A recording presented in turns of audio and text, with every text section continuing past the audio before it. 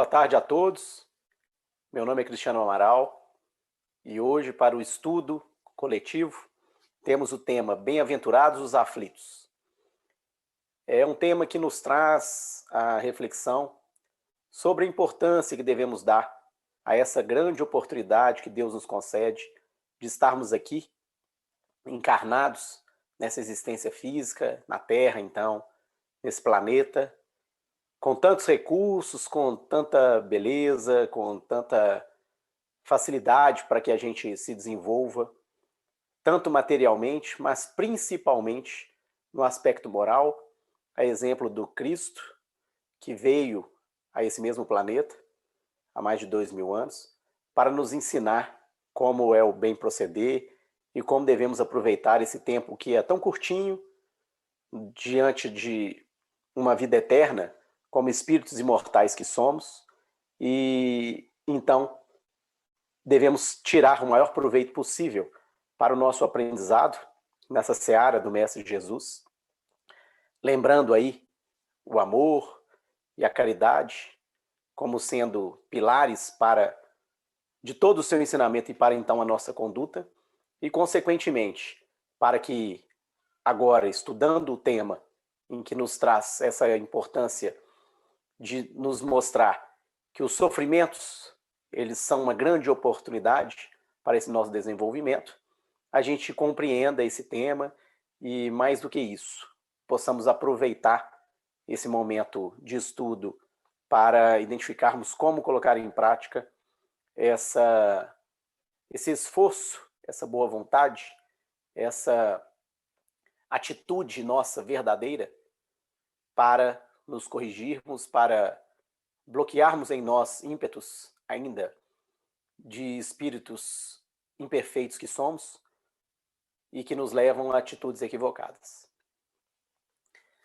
O Evangelho segundo o Espiritismo, inclusive, nos traz, naturalmente, após nos lembrar de uma transcrição de São Mateus, capítulo 5, versículo 5, que diz: Bem-aventurados os que choram, pois que serão consolados.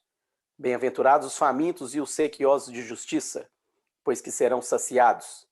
Bem-aventurados os que sofrem perseguição pela justiça, pois que é deles o reino dos céus.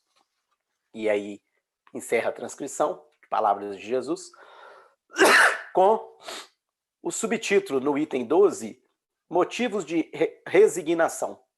É uma palavra que a gente deve ter constantemente em nossas mentes, para que a gente, se lembrando dela, né, que quer dizer essa aceitação das situações que ocorrem na vida material, nessa existência no plano físico, que são consequências das nossas escolhas no passado, seja um passado nessa mesma existência física, seja o passado mais distante em outras existências, porque temos o livre-arbítrio e fazemos livremente as escolhas para as atitudes que vamos tomar, para os sentimentos que nutrimos em nossos corações, para o que pensamos, né? Mas das consequências não fugimos. É uma lei natural, é uma lei de causa e efeito.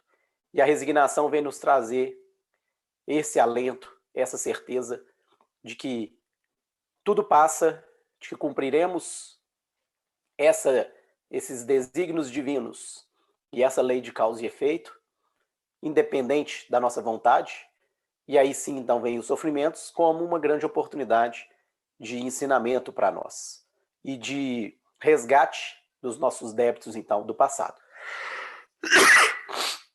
E aí esse item, motivos de resignação, esse item 12, lembrando do capítulo 5 do Evangelho segundo o Espiritismo, Bem-aventurados os aflitos, nos traz o seguinte ensinamento. Por essas palavras, bem-aventurados os aflitos, pois que serão consolados, Jesus aponta a compensação que hão de ter os que sofrem e a resignação que leva o padecente a bendizer do sofrimento, como prelúdio da cura. Então nós temos aqui a lembrança imediata de que Jesus quer nos mostrar com essa expressão, com essa máxima, de que nós temos sempre essa compensação. quando a gente, agindo com resignação e com todo esse esforço para nos melhorarmos, para entendermos que o sofrimento tem que ser bendito, tem que ser bem aproveitado, né?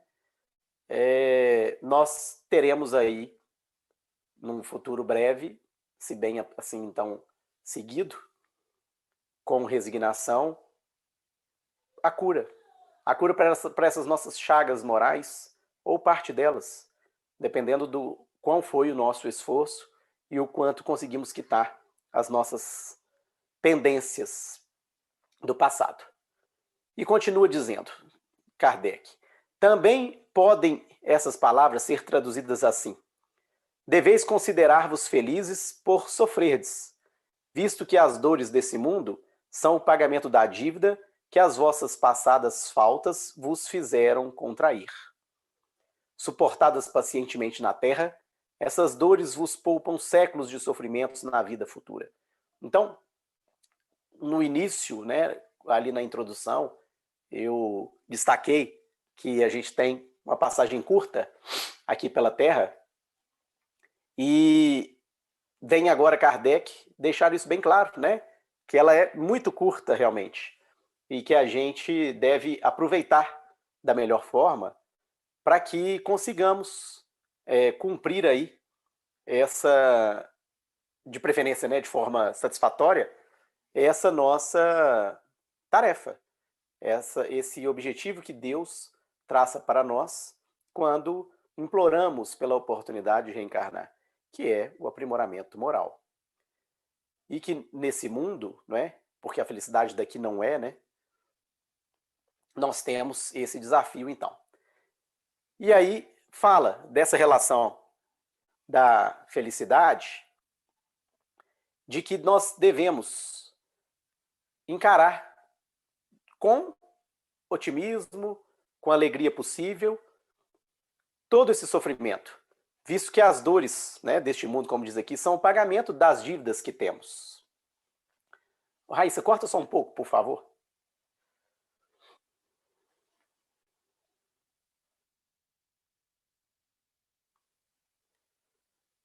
Então, meus irmãos, nós temos Kardec nos alertando, baseado aí nas palavras, nos ensinamentos de Jesus, que a grande atenção que devemos dar é a essa quitação de débitos, não é? A esse resgate de débitos do passado. E, com muita paciência na Terra, encararmos essas dores, esses sofrimentos, essas vicissitudes, são as dificuldades, porque todas elas sempre são construídas por nós.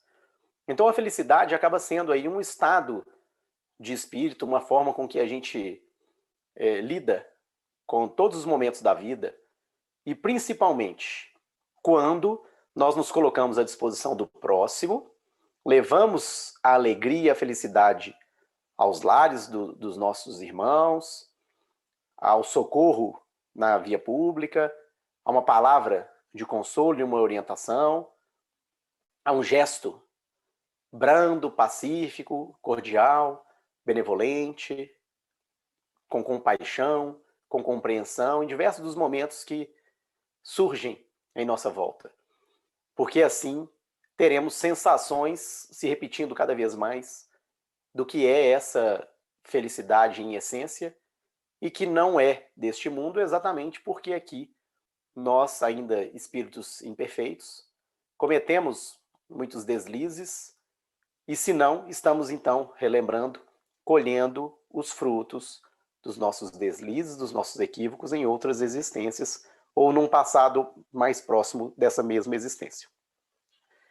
Então deveis, diz aqui Kardec, pois sentir-vos felizes por reduzir Deus a vossa dívida, né? Mesmo com o sofrimento, nós estamos quitando dívidas. Digo mesmo porque temos a oportunidade de quitá-las com amor. Mas quando não o fazemos, vem o sofrimento e vem a dor para nos chamar a atenção e nos dar essa oportunidade. E Kardec continua dizendo: o homem que sofre assemelha-se a um devedor de avultada soma, a quem o credor diz: se me pagares hoje mesmo a 100ª parte do teu débito, quitar-te-ei do restante e ficarás livre. Então, olha o benefício, né? Porque é nos dada a oportunidade, quando a gente reencarna, de quitarmos um débito ou débitos muito maiores em um curto espaço de tempo. Porque é apenas uma parcela desses débitos que está sendo esperada que a gente consiga cumprir de forma verdadeira, de forma a ter sempre a boa vontade e a vigilância íntima para nos livrarmos desses maus pendores, dessas seduções e paixões do mundo que nos levam aos equívocos. Lembrando que quando se fala de paixão, ela é natural, inerente à matéria, inerente a uma questão da relação de natureza em que vivemos, e ela não é ruim, pelo contrário, ela nos move a grandes realizações. Os excessos e o deixar que as paixões nos controlem, isso sim é que se torna um mal para nós e a gente se perde nas viciações que a gente acaba se envolvendo e, consequentemente, por conta de um egoísmo, por exemplo, deixamos de observar as necessidades do nosso próximo e ficamos alimentando apenas aquelas nossas necessidades que são fúteis, que são passageiras, que são mundanas. Então, diz aqui Kardec, não se sentiria feliz o devedor por suportar toda espécie de privações para se libertar, pagando apenas a 100ª parte do que deve? Em vez de se queixar do seu credor, não lhe ficará agradecido? Isso é importante destacar porque, às vezes, nos pegamos maldizendo de Deus. Ah, Deus esqueceu de mim. Ah, Deus é injusto. Ah, estou sofrendo. Eu não mereço. Ah, o que eu fiz para estar aqui nessa condição? Né? E aí a gente, tendo esse esclarecimento, a gente passa a entender que Deus, na verdade, não é só justo, mas é bom, é compreensivo, é benevolente, tem sempre compaixão de nós e nos dá essa bela oportunidade de quitar o débito total com bem pouco sendo feito da nossa parte. Por que falo isso? Porque o próprio Evangelho nos mostra que poucos somos nós, homens, espíritos encarnados, então almas, que realmente fazemos algo verdadeiramente para nos corrigirmos moralmente. Uma grande maioria de nós fica estacionado, fica nessa inércia, não fazendo o bem e achando que está tudo certo porque não estão fazendo o mal. Só que temos o ensinamento de que não fazer o bem já é um grande mal, porque o mal é a negação do bem. E continua Kardec, tal o sentido das palavras, bem-aventurados os aflitos, pois que serão consolados. São ditosos porque se quitam e porque, depois de se haverem quitado, estarão livres. Então essa liberdade que a gente tanto sonha, que a gente tanto quer, ela tem relação direta com o bem proceder. Seremos verdadeiramente livres no momento em que, com as consciências tranquilas, tenhamos a certeza do bem feito ao próximo, da caridade praticada constantemente, do nosso bem proceder intimamente em pensamento, em sentimento, né? E aí, consequentemente, a conquista, a posse do que realmente são riquezas que nos cabem, principalmente como espíritos imortais, virtudes, que para serem alcançadas, temos que combater as imperfeições, temos que combater os nossos vícios, temos que combater dando exemplos, o egoísmo, o orgulho, que são grandes chagas ainda da humanidade e que nos impedem a evolução. Ora, diz Kardec, cada nova falta aumenta a dívida, porquanto nenhuma há, qualquer que ela seja, que não acarrete forçosa e inevitavelmente uma punição. Isso ele fala por quê? De que adianta a gente quitar dívidas, seja através do sofrimento, ou, quem sabe, já conseguindo através do amor, mas continuamos nos desentendendo com as pessoas, maltratando outros tantos, amando uns, mas perseguindo outros. A gente ganha benefícios com uma mão, recebendo em uma mão, mas a gente desperdiça a oportunidade de evolução porque a gente toma do próximo, a gente maltrata o próximo com a outra mão, né? Então, a gente está o tempo todo nessa linha tênue também de que não adianta só sofrer e tá tudo certo. Tem que ter mudança de atitude. Tem que colocar em prática verdadeiramente o que se aprendeu com o sofrimento, se colocando no lugar do outro, uma vez que a gente aprendeu que o sofrimento é ruim, então eu vou batalhar agora para minimizar o sofrimento daquele próximo que começa a enfrentar, ou está enfrentando situações que eu já enfrentei, ou que eu até esteja enfrentando, e passarei a ser solidário, terei aí todo esse esforço para levar alegria e felicidade ao próximo. Porque é uma contabilidade, é muito importante a gente pensar nisso. Entre essas faltas, cumpre se coloque na primeira fiada a carência de submissão à vontade de Deus. Então, muito importante, inclusive, esse ponto. Porque para se ter resignação, tem que se primeiro se colocar na posição de submissão a Deus. A lei de causa e efeito, ela é dessa forma.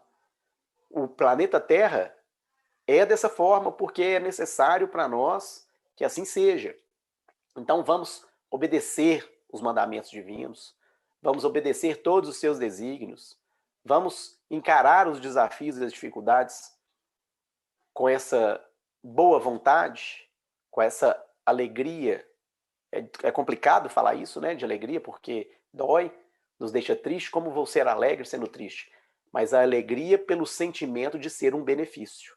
Está doendo, mas eu entendendo que é para o meu bem, que é para o meu crescimento moral, eu sigo em frente e bendigo a Deus e oro agradecendo por todas as oportunidades que surgiram no dia de hoje, por exemplo, e que se eu tiver a oportunidade de deitar para repousar, que ótimo.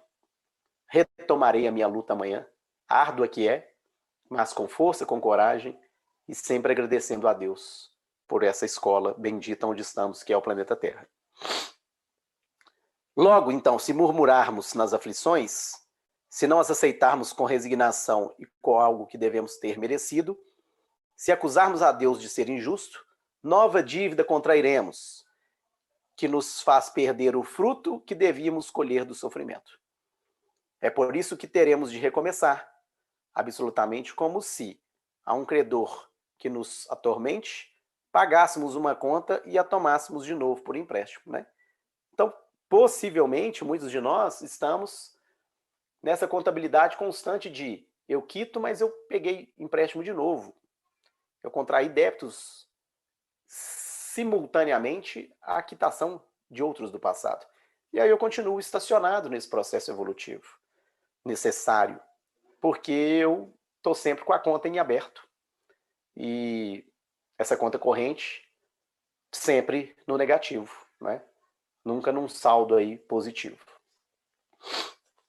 O Livro dos Espíritos, inclusive, nos traz aqui para reflexão, na pergunta 920, que tem como subtítulo Felicidade e Infelicidade Relativas, contido na parte 4ª das Esperanças e Consolações, capítulo 1, o seguinte questionamento, para que reflitamos.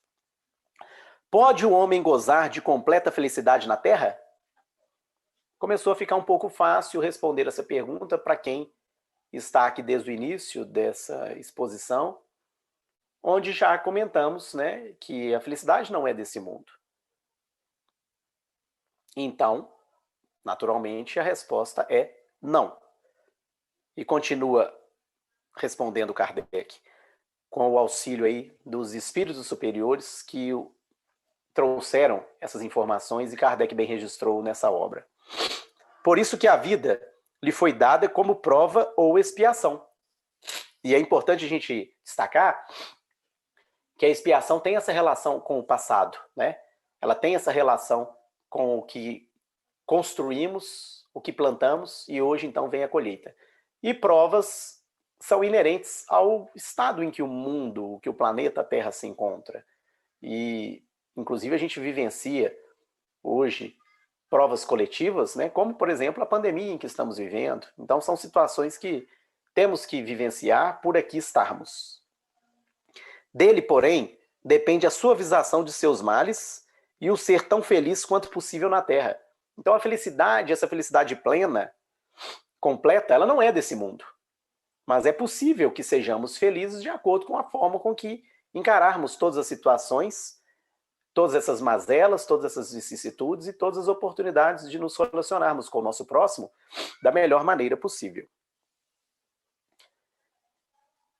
E a pergunta 921 nos traz o questionamento seguinte: concebe-se que o homem será feliz na Terra quando a humanidade estiver transformada. Mas, enquanto isso se não verifica, poderá conseguir uma felicidade relativa? E será o que a gente, então, vai conseguir responder sobre isso? A gente, muitas das vezes, fica na dúvida.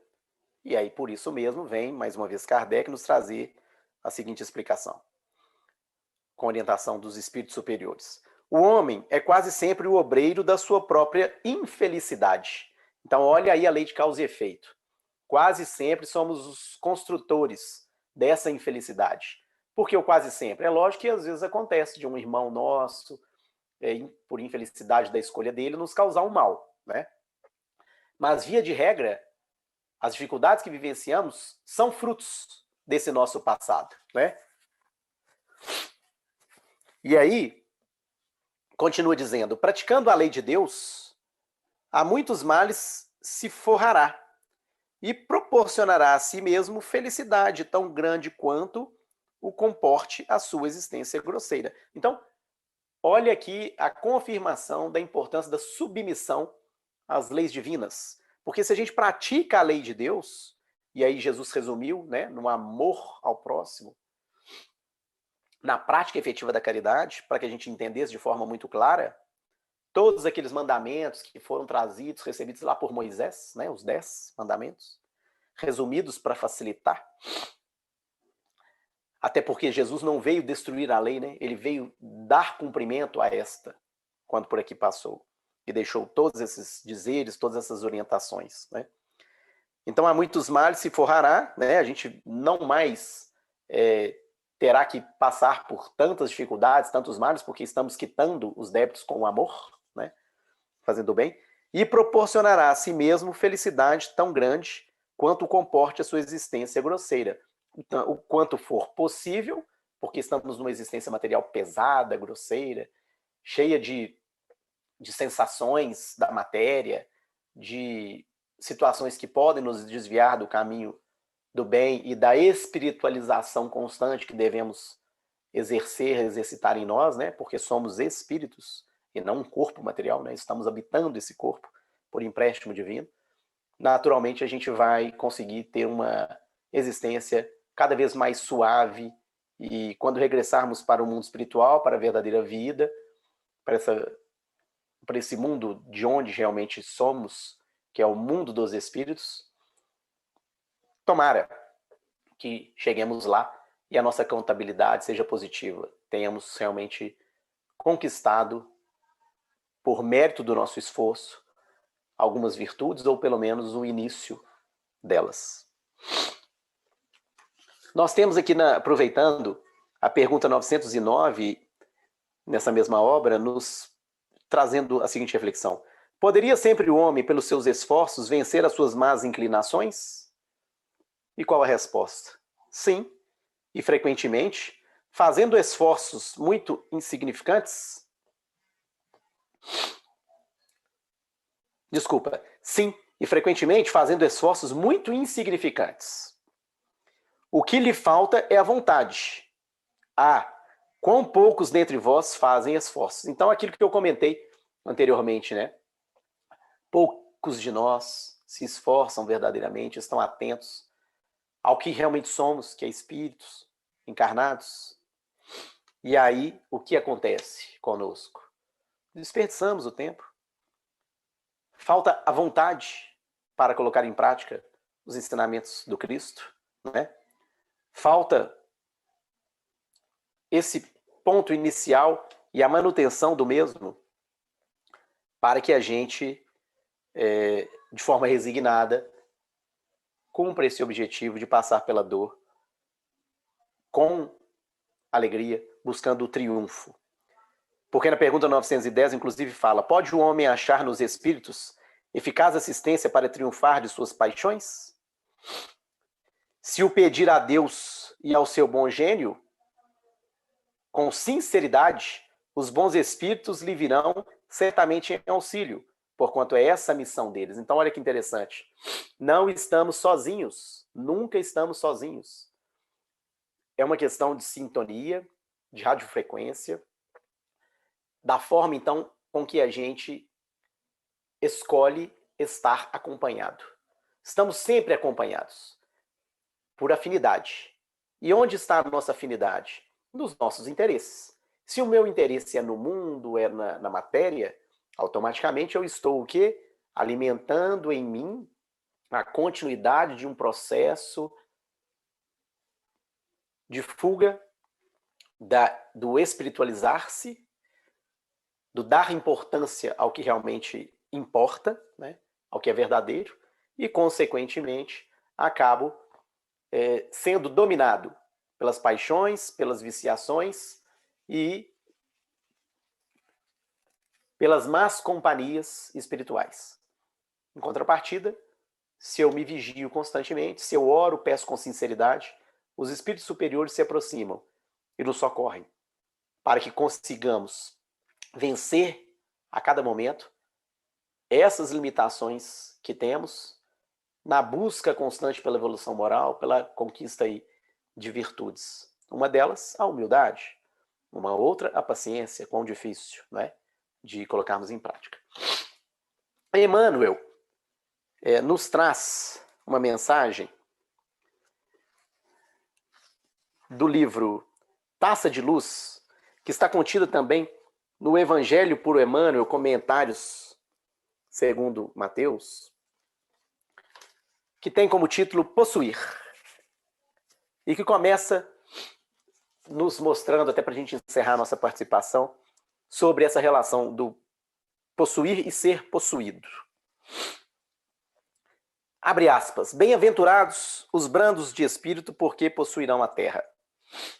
Com essa afirmação do Senhor, podemos reconhecer que há diferença fundamental entre possuir e ser possuído. Vemos conquistadores de nome célere, que julgam senhorear terras e haveres, acabando sob o domínio da perturbação e da morte, né? Então, infelizmente, muitos de nós, com o poder da moeda, o poder dos bens materiais, muitas das vezes se achando conquistadores e tornando-se nomes famosos na sociedade, acabam se vendo num fim de jornada aqui na Terra, perturbados e, como consequência, o desencarnar cercado de trevas e de sombras. Observamos caluniadores eminentes. E aí, cuidado, né? Temos ainda assim a tendência de julgarmos o próximo, a tendência da maledicência. Então vem a calúnia, a difamação. Presumindo-se detentores das maiores expressões de apreço público, caindo sob o império das amargosas desilusões. Então, quando as relações não são bem construídas por nós, o que acontece? Desilusões, né?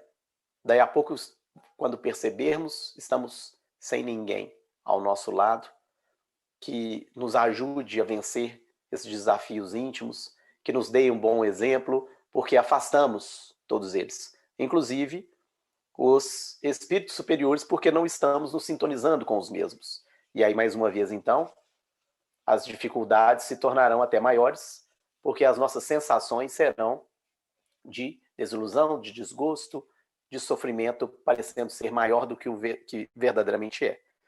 Anotamos a presença de gozadores inveterados que, em se guindando ao ápice dos mais extravagantes prazeres, descem apressados aos precipícios de desesperação e do tédio.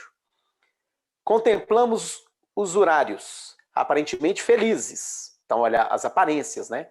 Às vezes a gente olha para a grama do vizinho e ela parece ser mais verde.